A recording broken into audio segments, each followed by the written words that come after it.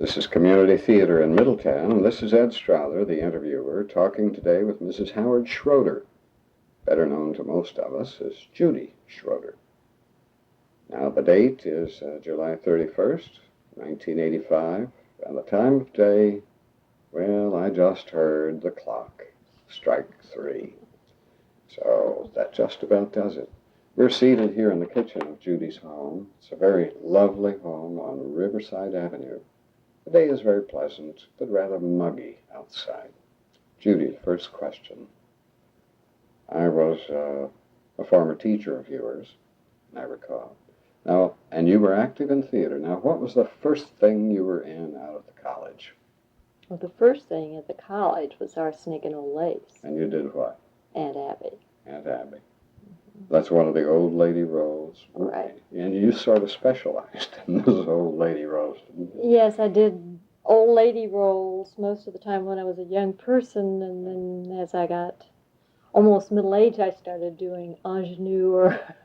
I remember another show you were in. I was the director. And on my way to school, I would pick you up. Now, what show was that? I stopped by your house to pick you up. Would it have been School for Scandal?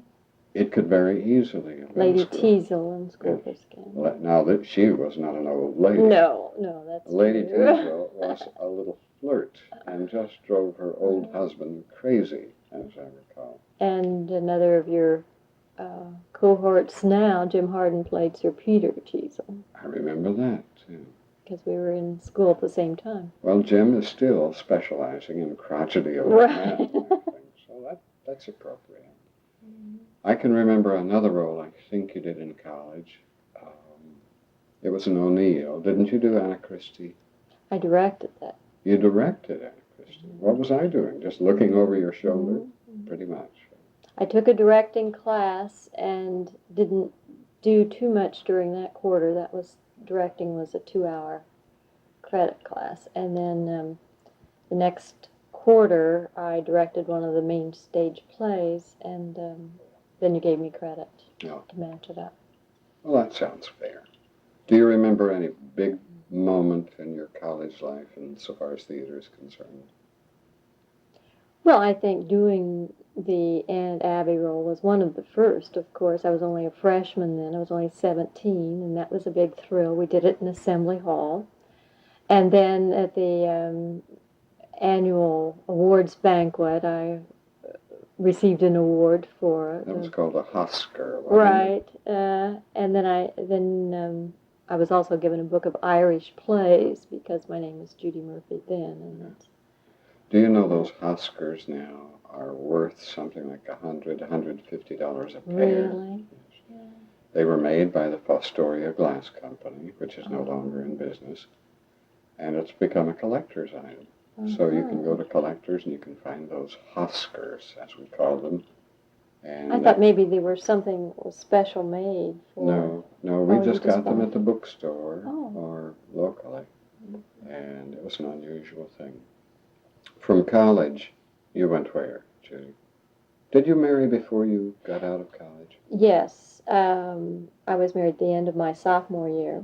Then I finished my junior year, still going to college. And then my husband was drafted, so I went with him for 2 years while he was in the service. I'd forgotten about that. You were overseas, too, weren't you? For part of that time, yes, for Where? a year in Germany. And during that second year, then my daughter was born. So when I came back to finish my senior year... Give us your daughter's name now. That ought to be a matter of record. Cindy. Cindy, okay. And she is now. Tell us about Cindy. Cindy is now a reporter for the Cincinnati Enquirer. And Now, is married. I know you think this has nothing to do with theater, but it does have something to do with you, and you're a part of theater here in Middletown, USA, and we want to know about those things. And you also have a son. Right, Steve. Steve, who runs the rib cage on Tillotson. Yes. And people ought to know about that, too. Steve is 3.5 years younger than Cindy. All right, you returned to Muncie, and Howard, the pharmacist, was associated with Bonnet Drugs in Yorktown. Yeah. Well, at first when we came back, he was associated with Rote's drugstore on the corner of Jackson and Tillotson. In fact, that's where we met. I had a part-time job there while I was working at the college. And he was already out of school and established, and I was still a college student and working part-time there. Well, we ought to let people know that Rhodes was just to the west of Marsh Supermarket on Jackson Street, too. Right. At the originally, it was at the corner of Jackson and Tillotson, where Spartan Drugstore is right now. Okay. And then when the new Marsh grocery was built on Jackson Street, they put a drugstore next to it, and that was to be the Roots number 2, to which Howard was to run. And before that whole thing was completed, Howard decided to change jobs, and he worked for a while, about 9 years, at Hag Drugstore at the Northwest Plaza. Then went into business with Don Bonnet, who had been a friend of his in college. In Yorktown. Yeah, they had been in college together. And so when Don was ready to redo his pharmacy, and they moved it, that was about 12 years ago. Mm-hmm. Well, let's forget about your husband for a while. Okay. Nice guy, you understand, but let's forget about him. Not too much into theater. Well, he's supportive. He has been a very supportive. Well, we ought to make it a matter of record that he was one who won this Las Vegas trip for selling subscriptions. Right. And people 50 years from now might be interested in knowing that Howard Schroeder, the pharmacist, yeah, and I can say, too, in other ways, when I've been in a bind, he has been. When I taught theater in high school, and having to do all of the facets of theater, many times he would help with the set and so forth, when he was coerced into it, but it isn't anything he would elect to do if he had a choice. Well, he's a carpenter, too, so, and a very good one. A house builder. He built this home, and it's a beautiful job that he did. Well, you mentioned Cindy, too, in connection with theater. I recall taking her to Shoestring Theater it was then, the summer theater. When it was in the tent? Right, when it was in the tent.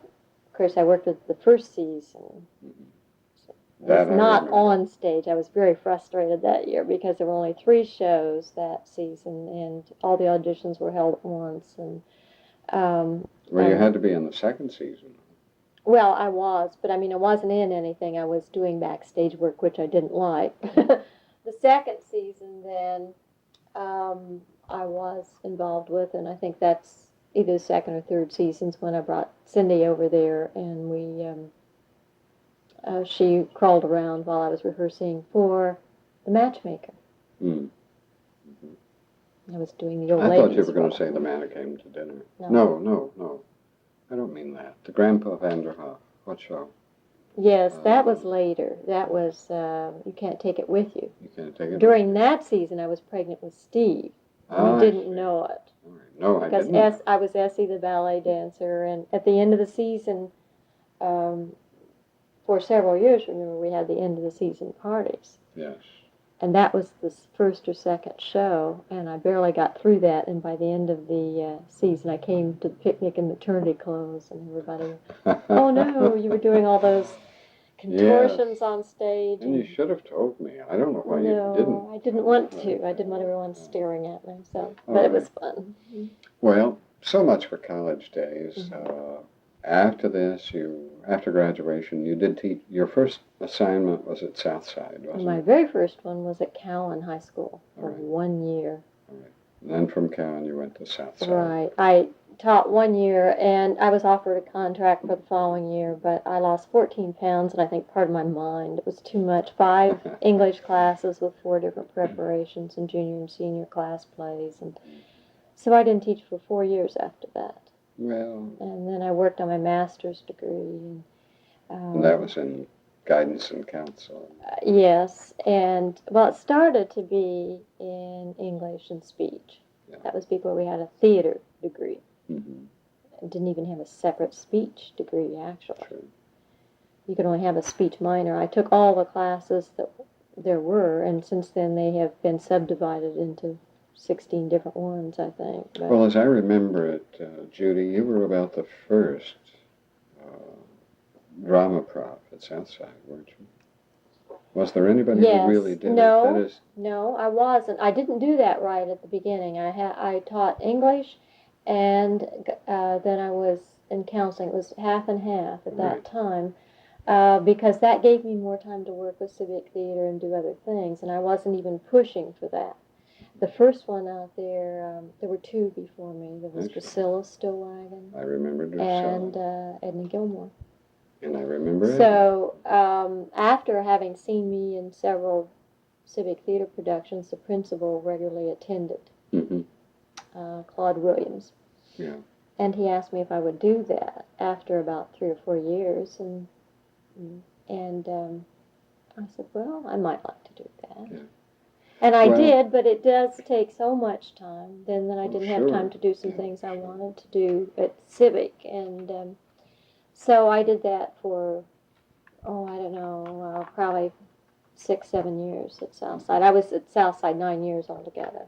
I see. Well, let's leave the public school Yeah. scene and the education scene and the husband-wife family scene and get into Civic Theater.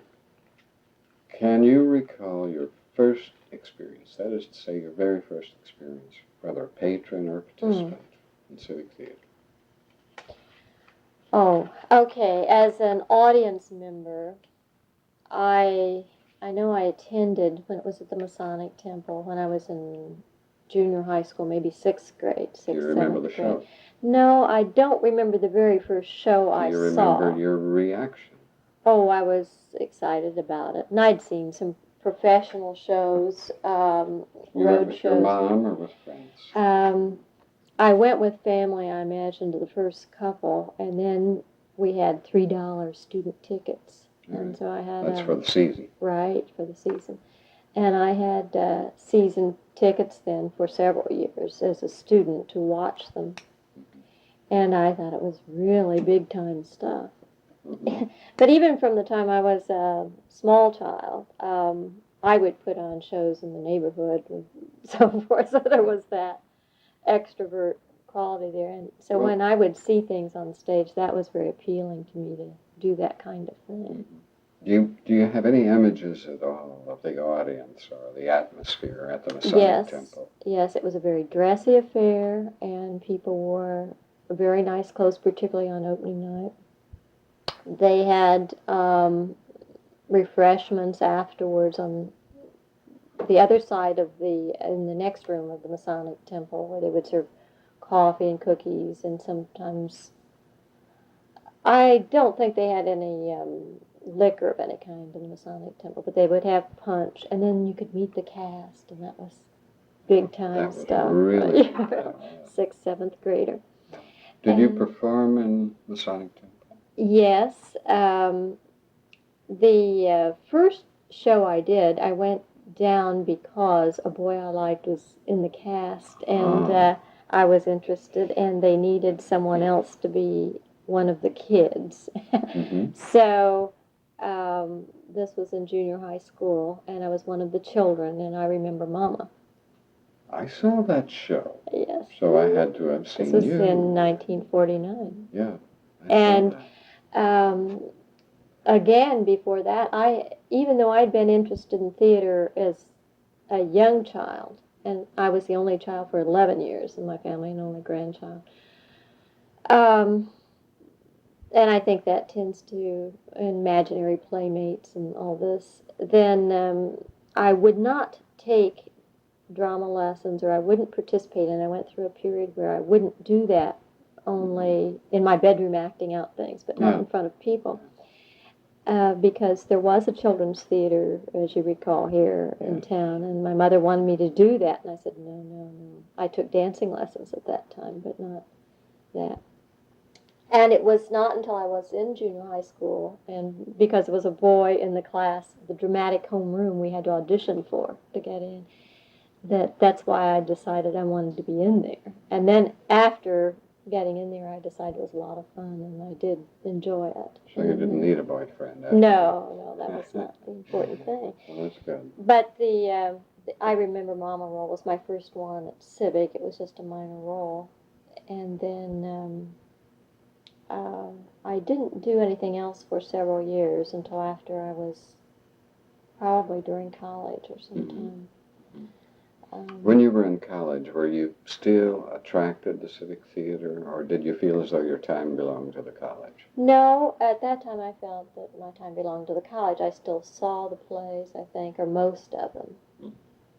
I didn't feel that if I missed one, it wasn't anything that I was really lacking, but I tried to see them just because I like to see most plays that are done, just to see what's going on and how. And it was a lot less trouble than going to New York. Well, yes, and then of course as I got older, my taste became more sophisticated, and it wasn't as great then as I remembered it being. Yeah. Even though I must say the quality increases all the time. I think that each year, for the most part, the quality gets better. Now, there's variation within a season, depending upon the cast that is available and the director and so forth.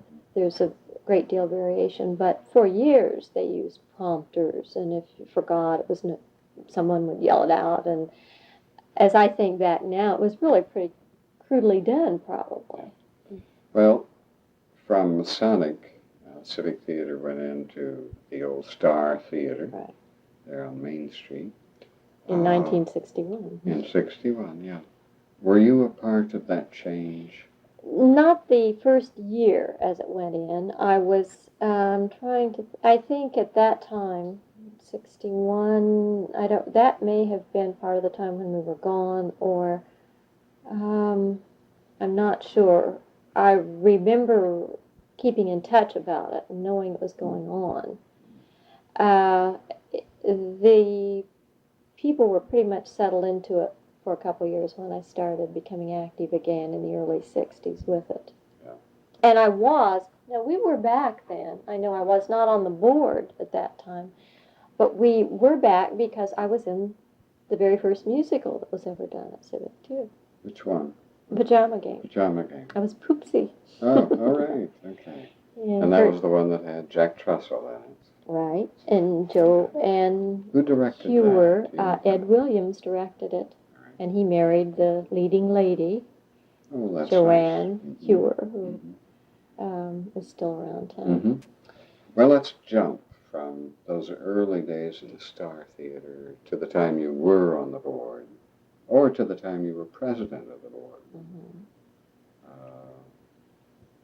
That may call for more memory than you have at this particular time, but what year would you peg loosely, generally, as joining the board of Muncie Civic? Well, in the beginning? First time you were on the board. Was it in the 60s? Yes, I was teaching at Southside, and I left Southside about 70, 71.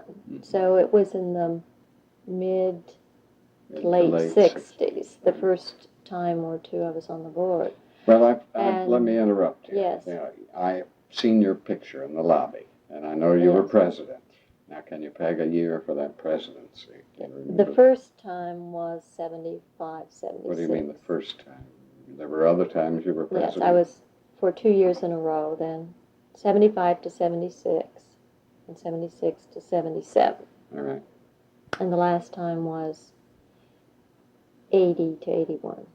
Okay. Well, if you're 3 times president, somebody has to express confidence in you. What did you do? What did you do to make people think you were a good president? Oh, that's throwing me a curve. Yeah. Well, you had to have done I suppose the something. Enthusiasm and my dedication, and I don't know that I did anything any better or any more thoroughly than anyone else. Did you have a first? Was there something that was done for the first time? There were a couple things, and we felt a need as we were doing more and more productions, and particularly being in such a big building. The building's always been a mixed blessing, to have more of a staff other than the volunteers. And so we found a source through the CETA program, Comprehensive Employment Training Act, to hire a managing director. Well, we thought first managing director, but we decided, first of all, we needed a full-time technical person. And we would still continue to have our volunteer technical directors, but we dubbed them theatrical technician to give them another title. And that person would be in charge of seeing that all the sets were built and making sure we had volunteers sufficient to do whatever was needed. So our first one that we hired was Bob Nemec, who had theatrical training and college training and was very enthusiastic. He also participated on stage and directed one of the shows one time, and his wife became involved in costuming. And that started a trend. We've had a theatrical technician, which we now call technical director, pretty much, every year since. And now, then when... Let me repeat, just for emphasis. Okay. That got started in 75? Yes. Okay, well, 10 years. Right. You have something that's lasted. Then in the 80 season, the 79 season, we found a need, because of all the problems around the building, to also have a managing director. We would like to have had a full-time artistic director, but our choice at that time was to go with a managing director. And we got another grant through CETA for that, in which we had to match the funds. They paid 50% of the salaries, and then we came up with the rest of the money. And we had some grants from the Indiana Arts Commission, sometimes for the first year of their employment. I might say, too, we now have our third theatrical technician or technical person we've hired. And we've had 3 managing directors. And so in 1980-81 season, the last time I was president, we hired our first managing director, and that was Bill Bartolini, who the following year or two became president of the board of directors. Bill decided not to go ahead with that the second year because he felt confident that the board would not support a managing director if CETA didn't pay for it, and CETA at that time was beginning to shut down. And he was wrong, though. The board saw the need for it and did continue the position, and we've had one ever since. So we still have 2 full-time employees. You know, that's really pretty amazing when you get right down to it. Civic has been able to do that. Okay, these things got started during your time, but what else? What else is on your brag list when you think about your presidency? Well, there was a gap of time when we didn't have a young actors workshop, or a children's theater, it was originally called. And then the young people involved decided to rename it Young Actors Workshop. It sounded a little more grown up. And I know you were involved with that, yes, too, in getting it started and helping us get the grant for it, get things off the ground for it. And that was all done with volunteers. No one was paid to do that. And I believe Bill Jennings was one of the first ones to work with that for a long time. He was, yeah. And he was also a former president and box office chairman. And then we had other people directing some of the young actors shows after a while, but he had them in 3 groups: the very young children, and the middle group children, and then the high school age young people. And the one year, I think it was 76, 77 season, we had 9 productions from September through May. And that was the only time I can recall when we've had that many productions. I'm not particularly recommending it, and I'm not sure they were all done equally well because of the frantic work it took to get them done. But there were 3 young actors productions and 6 main stage productions. We've fluctuated over the years between 5 and 6 main stage productions. And So we did that, and we're still talking. We started talking then about some sort of support auxiliary group, and we're still talking about that. I hope to work with that in the next couple coming years. I know you do. I've heard you say that in board Because meetings. I think it's important to corral more volunteers in a more organized way and so forth. And we were talking about it then and didn't get it off the ground. We also were re-entering excerpts into Indiana Theater League at that time. We hadn't done that for a while. So we started becoming more active, and some of our board members became more active on the Indiana Community Theater Board and the National Association, so that we tried to keep in touch with other theater groups around the state and around the country to see what they were doing. Mm-hmm. And that was awakening because we could sort of put ourselves in perspective and see that there were some groups that were better than we were, but there were many that were not as good, and gave us something to shoot toward. Judy, we have only about a minute, minute and a half, maybe 2 minutes, I don't know, but let me ask this question. When you think of Muncie Civic Theatre, what do you think it's added to the community? Why do you like it? Is it just showbiz, or is it something a little more than showbiz?